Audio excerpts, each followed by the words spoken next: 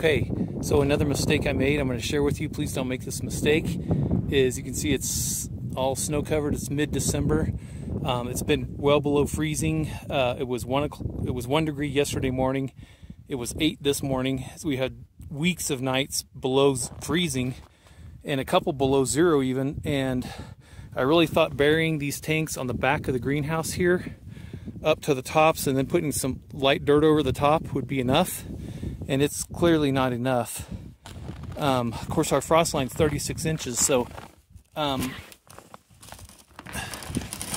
it's frozen inside there.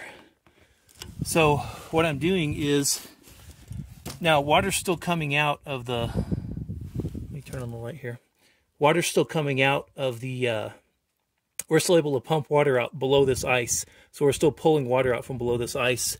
But what I want to do is get it thawed out and get this top unfrozen. It's got frozen dirt along the back here. I'm gonna have to chip all this off.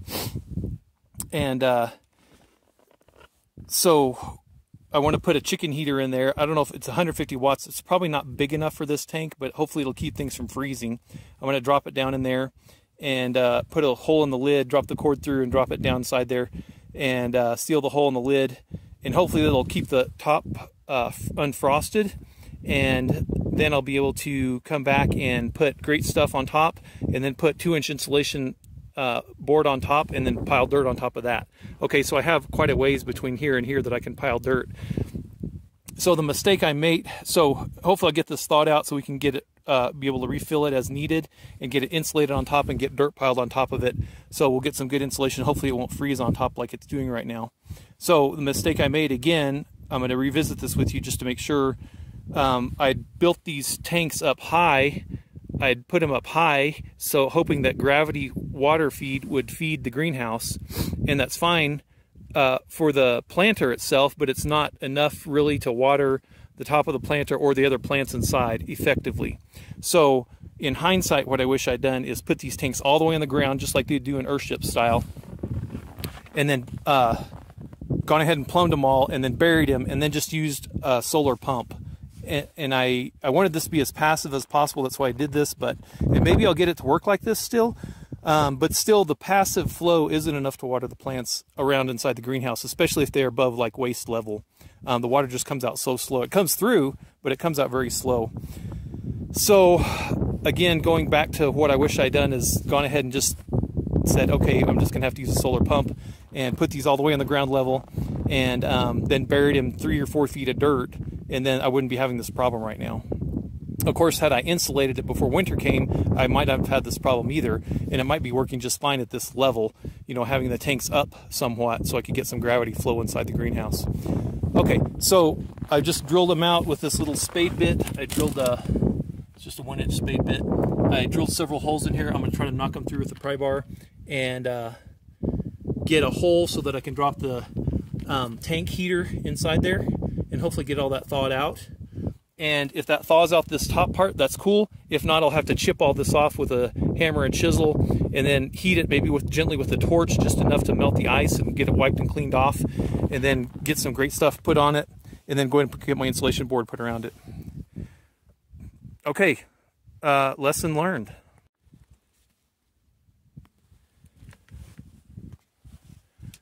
Okay, definitely got it busted up, and you can see it wasn't very thick. It's about 3 inches thick, which the lakes around here, people are already ice fishing, so there's probably 6, 8, 10 inches of ice on the lake, so 3 inches isn't too bad.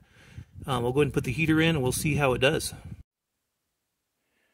Okay, so here's the chicken de-icer, chicken tank de-icer, and it's 150 watts. There it is. And this one's on sale at Tractor Supply. We got it just kind of as a backup to the one we use in the chicken house, but I thought I'd use it in here, but I think I've changed my mind. What I'm going to do, I don't think this is going to thaw it fast enough for what I want to do, so what I'm going to do is use this little 200 watt ceramic heater and hang it inside here, inside the lid. This is redneck, yeah, I know. But so I just unscrewed the plug out of this lid. Here's the plug right here. And just cut a little board so that when I screw the lid on here, the heater will hang down like that. Okay, and that'll heat the tank. Now, it will allow some heat to escape, which I don't mind. I didn't want to leave a big hole, though, so a lot of the heat would be pouring out. So I'm going to check this every hour today. I'm going to run it today and check it every hour and just see how it does thawing it out. This is the same heater that I ran in my Jeep.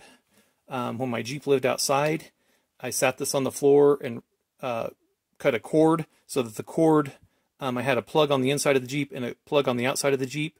So this was always plugged in on the floorboard on the inside of the Jeep, and I'd plug it in from the outside, and it would run 200 watts. Didn't pull. That's not a lot of watts. I mean, it's a couple of light bulbs basically, or maybe 3 light bulbs, depending on how many watts your light bulbs are. But it kept my windows totally frost free, even when it was -20 outside, and it was nice and warm in the Jeep. Everything was warm. The controls were warm. I didn't need gloves.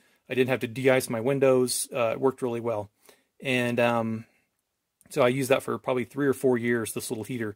So I'm going to put it inside the tank now and suspend it, and we'll run it for an hour, and I'll come out and check, and then I'll run it for another hour, come out and check. And that layer of ice, that 3-inch layer of ice that's inside the top, is going to take a while to thaw out. So I may end up running this for a while, but I think this is going to thaw it faster than this will. Okay, so I'm going to drop this in and get started on it, and we'll see how it works. Okay, so we're on the back of the greenhouse here. Just a quick update on the tanks. Of course, I had buried the tanks up to the top edge of the tanks, where the top edge of the tanks, or the surface of the tanks, the top of the tanks were exposed, and so they froze. We got about 4 inches of ice on this side. I was able to drill through it and break it up, and then I put a heater in here, a 200-watt heater, ceramic heater that I just hung through the lid, just above the water, so it was about 1 foot above the water, and just let that run. Well, it kept the ice melted and actually melted off a lot of the ice, but I was losing a lot of heat at the top, and so I tried to drill through this one a few days later, and the ice was, my speed bore bit was like 8 inches long, and I never broke through the ice there. So we're still getting water out inside the greenhouse. It's still, the pump's still pulling water, and it's still working fine. But so the water level, I think, is dropping inside, but I want to try to get this ice melted off. So what I did was I just used some great stuff, made a border of great stuff around here, set this rigid foam insulation down over the top, and then sealed it all the way around with great stuff, as you can see. Put it along that back edge before I smashed the great stuff up against it. All these are sealed. I made a bead of great stuff along that edge and then sandwiched that against it, and then as well as that edge as well. Okay, so what I wished I'd done, because you're paying attention to this before you do yours, right? What I wish I'd done is just gone ahead before I piled a bunch of dirt around it and put, 2 feet of rigid foam around the top edge here, all around the whole thing, and then just gone ahead and put it on the top just like I did now. I wish I'd done that in the fall, of course.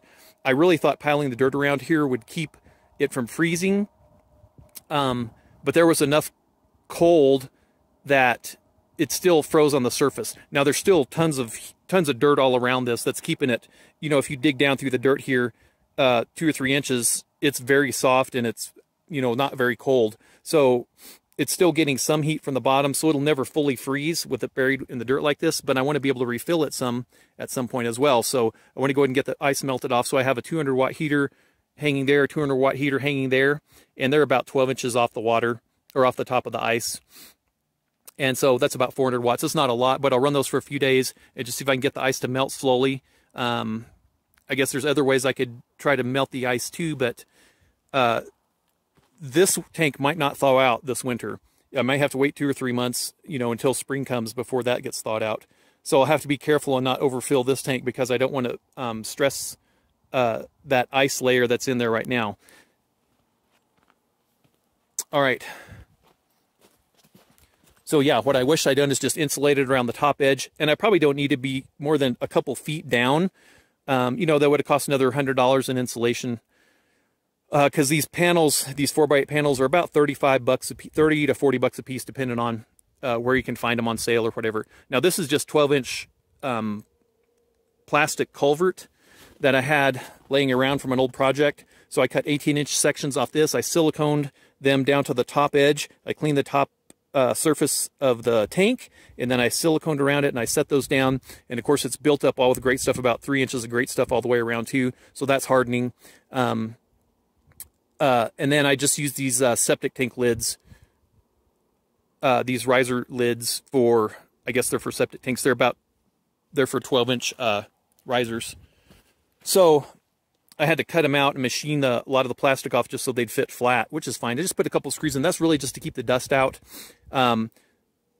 So the tank lids are still on there. I drilled a little hole in the top of the tank lid and fed the wire through from the heater, and then tied a knot in the wire so that the heater would just hang about 12 inches off the top of the ice. So that's where that cord goes, and that's where that cord goes. And if it snows, of course, I wrapped all these in Gorilla Tape, so they should be kept insulated from the moisture. Okay, so I don't have my insulation down as far as I'd like to, and in the spring I may dig this all out and put insulation around it. So these 18-inch risers should be high enough that when I go to put the culvert on and then have water running into this, that it should be, my dirt level is going to be right about there along that edge right there. And so these will stick up a little bit above my dirt level, which will be fine. I'll be able to run my pipe from the culvert that'll catch water and be able to run into these. Okay, run into that one, run into that one. I was hoping to have all that done by this fall and this winter, but that obviously didn't happen. Okay, one other note that I'll probably mention this in other videos. I'm still planning on making a video of things I wish I'd done different. And one of the things I wish I'd done different is Earthship Biotexture is now building their very newest Earthship with the roof tilted toward the south. So that's the south right there. And mine is tilted toward the north. And so the snow builds up, the ice builds up, and it doesn't melt off because the sun never really hits it. And so you can see it's just slowly melting off because it warms up a little bit during the day, maybe a little bit above freezing, and some of it will melt off and slide. So it hasn't snowed for over a week, but it just doesn't melt off. So now they're building their roofs, tipping them forward so that the southern sun, when it's very low in the sky down there, will still melt the snow and it'll still go into your cisterns. So in hindsight now, I wish I'd done that. So, and maybe you don't live in a high snow area or it melts off very quickly where you live, probably won't need it. But here where the snow stays around for 3 solid months, it would be nice. Okay. Okay, it's been 48 hours. And just to give you perspective here, we're looking at the left tank, which didn't have as thick of ice in it. Pulled the top off. So this heater's been running in here for 48 hours. Let's just pull it up and see. Okay, the heater's still running. And it's still putting out heat. It's not a ton of heat. It's only a couple 100-watt heater. Let's see. Oh yeah. You can see the low to the bottom. No ice. Let me turn the...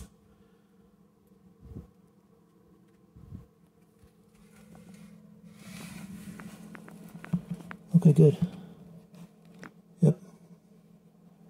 No ice. So I'm just going to put it in here and pan around. I don't know what I'm panning because I can't see, but we'll look at this later. Okay, good. Good, good, good. I might even try shutting this heater off and just see if it recollects ice. Well, let's look at the next one. We're going to go ahead and shut this one off. And I'm going to leave it connected, but we're going to drop it back in here.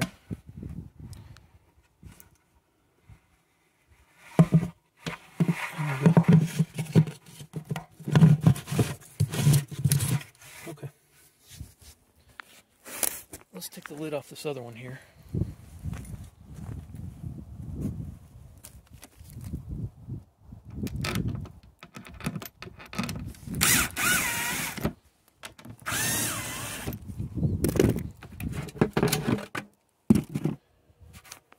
And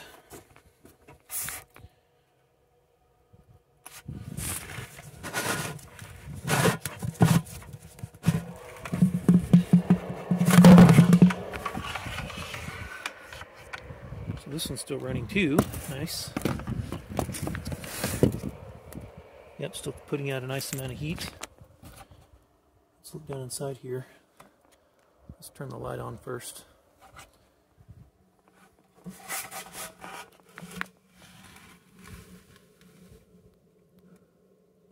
Wow. I think I'm seeing the bottom there. Most of the ice is gone. Wow, that's pretty incredible.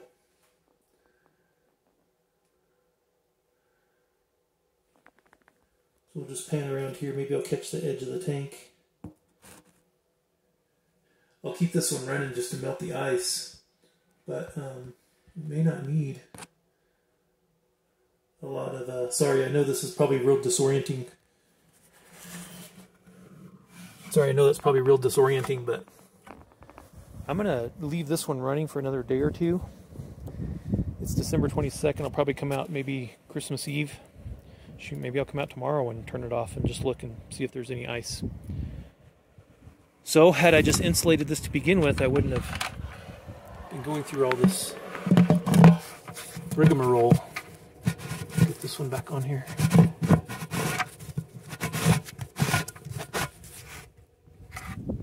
Okay, cool. So running this 200 watt heater in this tank for like 5 days with a bare tank top, the heat was just coming out the top and it wasn't collecting inside enough to melt the ice. Once I insulated it and sealed it all the way around, it's doing its job now, and ran it for 24 hours, or 48 hours rather, I'm sorry, and then it's melted all the ice there, and it's melted that ice there. That ice in that far tank was over 8 inches thick. I used an 8-inch speed bore bit trying to drill through it, and I used the whole bit up, buried the chuck up against the ice and still hadn't broken through the ice. So it was at least 8 inches, if not over 8 inches, and that's all melted off in 48 hours. Okay, so it's going to work. My next step is going to be to cover this with plastic and then go ahead and start piling dirt around it just to stabilize it and to protect this foam from the elements. Nice. Okay, working on the back side of the greenhouse today, December 27th. It's a real comfortable day outside, just above freezing, and good day for doing this. So you can see I've got the 2-inch rigid insulation covered up with 6 mil plastic. This is a 10 by 25 foot roll we just picked up from the hardware store. You can see the Great Stuff insulation along there, and you can see the pink foam insulation right there. Maybe you can't see the color in the camera. So we're covering up all this foam with plastic, and maybe not necessary, but I'm doing it anyway. The plastic just butts up against the back of the greenhouse plastic there, and I just have it coming out a couple feet on each side, maybe 2 or 3 feet, a couple feet on that side, and then I'm just leaving the extra of the 10 feet just hanging out here. And I think what that's going to do for me is a couple things. It'll be another insulative, not really insulative barrier, but a barrier that'll kind of help prevent moisture and maybe some heat transmission. I'm hoping to go ahead and get it buried up with a tractor up to right about there, just below the green line there today. That's my hope. So I'm just kind of filling in with a shovel just in case the wind starts to pick up, just kind of filling it in just so it doesn't blow around on me with a shovel. And as far as getting dirt up here, this is pretty high up. These are 8 feet tall. So these top of these tire bales, roughly, I can't remember, 8 or 9 feet tall. So my plan was to just build a long ramp off that way that I could drive up with the tractor up on top of this and just dump dirt back over here, and then dump dirt here and dump dirt here, and just keep building up and building it up until I had my height done. Problem is, it's going to be, have to be like 8 feet sticking out past this foam here. It's going to have to be at least 8 feet sticking out over here to give me a good stability to drive on so I don't roll it off the side. And my nephew was suggesting when he was here a couple weeks ago, Ronnie, he said, why don't you just, instead of doing that, just kind of taper up the ramp on the back. You won't use as much dirt. You'll be able to dump your dirt right where you want. And you'll have a bit more of a ramp here, a bit more of a slope. It won't be as steep as I'd planned. But I think he's right. I think it would use less dirt, and I think it would, then I won't have this huge berm way back here, which I really don't need it to be that big, especially for the small greenhouse that's less than 200 square feet. So I think he's right. So I'm just gonna, he's already started that. That's the ditch right there where the snow is. That's the flat ground right there. So he's already started tapering it up here so we can drive up it. and I might even kind of knock this down a little bit or push it up over, one of the two, to make me more of a gentle slope all along the back of this here, so that I can just drive up, and it'll take a little bit of work, but it's going to move a lot less. It's going to take a lot less dirt, and he's right. So I appreciate his advice on that. And hopefully I'll get this buried up today. Let's see how it goes.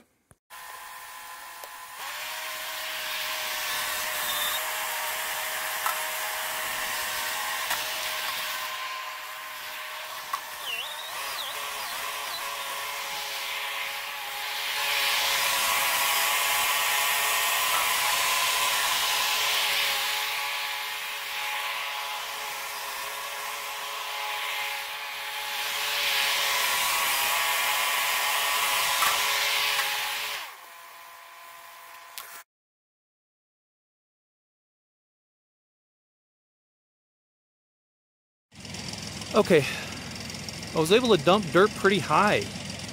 So I realize now what Ron was talking about. He didn't mean like a gradual ramp, he just meant like an elevated platform that I could drive up on top of. And then I would still be able to drive up on the dirt mound some and then dump dirt. That, I mean, that's way up there. So it doesn't look like it in the camera, but that's... The tractor is 9.5 feet tall right there, and that's way up there. So that's good. That's awesome. So it's maybe hard to see, but this is fairly flat right here. It does taper a little bit, but so I'm going to do the same thing here. I'm going to build a platform about this tall right here, right over here, so I can drive up here and dump dirt along the back here. And I mean, I was able to dump dirt on top of these, and that's pretty awesome. There's the other one right there. You can see it's buried, and those are higher than the back edge of the greenhouse. So this is going to work out good. Good. I'm glad I listened to Ron. Took his advice. So now just go ahead and build this other platform. Extend this over here. The problem I'm having is working around this culvert, this cooling tube. So I'll have to make a little platform over there as well. I don't have as much dirt to put up right here because it's already, we've got a pretty good level right there. But I'll still go ahead and probably drive up here, try to dig this out and push it up, and then I'll build a little bit of a platform right there as well. And then I can put dirt there. And it looks like I'll have to do the same thing on the sides too. Once I get these wing walls finished, I'll be piling dirt around the sides, probably in the same fashion. So this is good. So what this means is, there's the back of the greenhouse. That means I'm not going to have tons and tons of dirt sticking way out here and then tapering down like I thought I was going to have to. So that's good. Okay, wow. Just a couple hours on the tractor and that much is done. I thought building this up and burying this was going to take me days and days of tractor work. I had no idea it would go so fast. I didn't even burn a quarter tank of gas in 2.5 hours. And a lot of that was spending time driving way over there, scooping dirt up with both the front bucket and the rear scoop that I made, the tractor bucket, and bringing it over here and dumping it and then pushing it up here. So, yeah, let's just run up here and check it out. So this is all mostly buried in the back. I started to keep pushing it, but I thought, well, I'll just quit for the evening. I've done enough for one day. And so here's the tops. And there's the back where all that snow is right there. That's the back ledge of the earth of the greenhouse. Of course, the gutter will go right along underneath that lip of the metal there, the metal roof. So I just brought this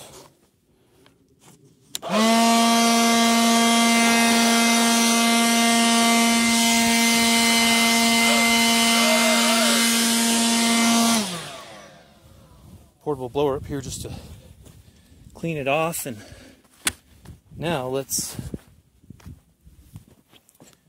so I didn't secure these very well to the top of the tanks, and I was a little worried what they might look like inside. Let's see. We're gonna just back these screws off. And because I did silicone around the bases, and then of course 2 inches of rigid foam insulation all the way around the outside of these right here. and then where there was a gap, I filled in with great stuff. So I don't think they would shift like side to side like that, but I thought they might tilt like this. I was worried I'd hit it with the tractor bucket or something like that. And let's just see. Oh, it's pretty clean inside, isn't it? That's awesome. We'll turn the little light on there. And okay, I'm glad to see that. So I don't know how full they are. I'm gonna guess and say half, maybe a little less than half. Oh, they're less than half, aren't they?